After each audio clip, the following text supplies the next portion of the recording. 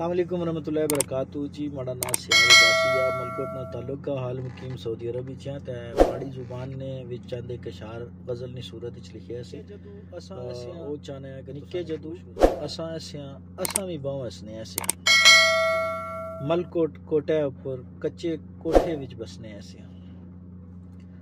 सुबह सवेरा उठी ते मसीती विच गशने हस्सियां मुड़ी अच्छी बस्ता चाई स्कूला दौड़ी गशने हस्सियां। स्कूलै चा मुड़ी अशने हस्सियां ते सवाल इयै करने हस्सियां कै पक्का वा माए मड़िए ते लस्सी ते चटनी दिखने हस्सियां।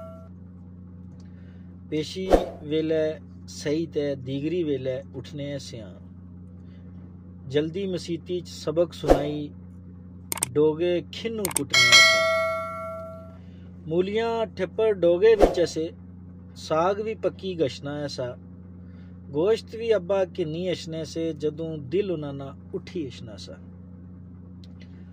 ग्रां ने आखिरी घरै विचा अगर कोई मड़े कर अशना सा ग्रां ने आखिरी घरै विचा अगर कोई मड़े कर अशना सा ताड़े अब्बा ते मैं क्या लगने बाह पौड़ी ते दसना ऐसा।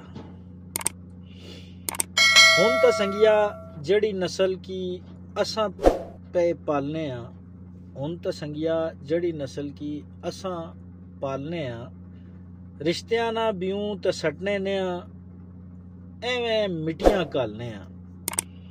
बहुत शुक्रिया।